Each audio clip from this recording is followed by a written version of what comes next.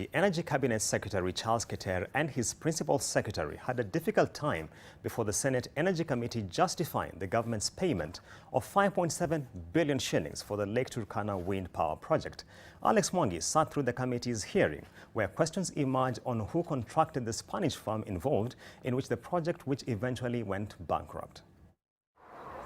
Senior officials from the Energy Ministry, including the Cabinet Secretary and various heads of parastatals, appeared before the Senate Energy Committee to discuss matters to do with the L.Turkana wind power project. Specifically, the matter that came into sharp focus was whether the government had spent the 5.7 billion shillings of taxpayers' money prudently towards that project. Do you agree with me, Minister, that if indeed you had carried out due diligence in contracting Isolax or an alternative company, then the transmission line would have been finished on time,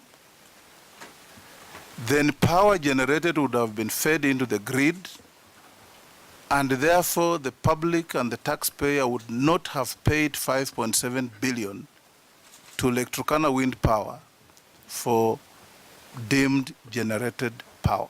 The procurement of Isolax was done by L.Turkana themselves.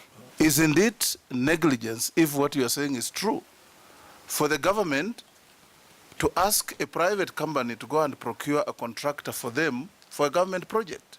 Was Isolax constructing this line on behalf of government, or was Isolax constructing this line on behalf of this private company?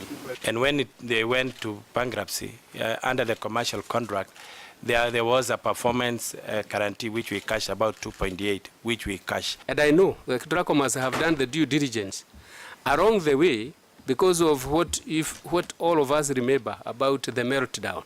There was a challenge.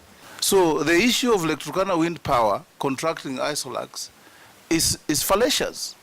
So Isolax, the contract between Isolax is between Isolax and Kentraco, and that was not reviewed at because it's between Isolax and Ketraco. Yes. Now it is not Isolax and L.Turkana wind power as you had earlier said.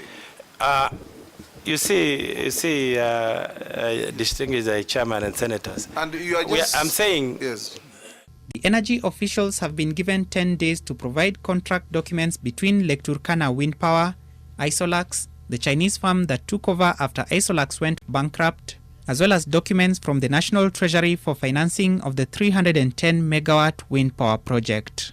Thank you very much. Alex Mwangi, NTV.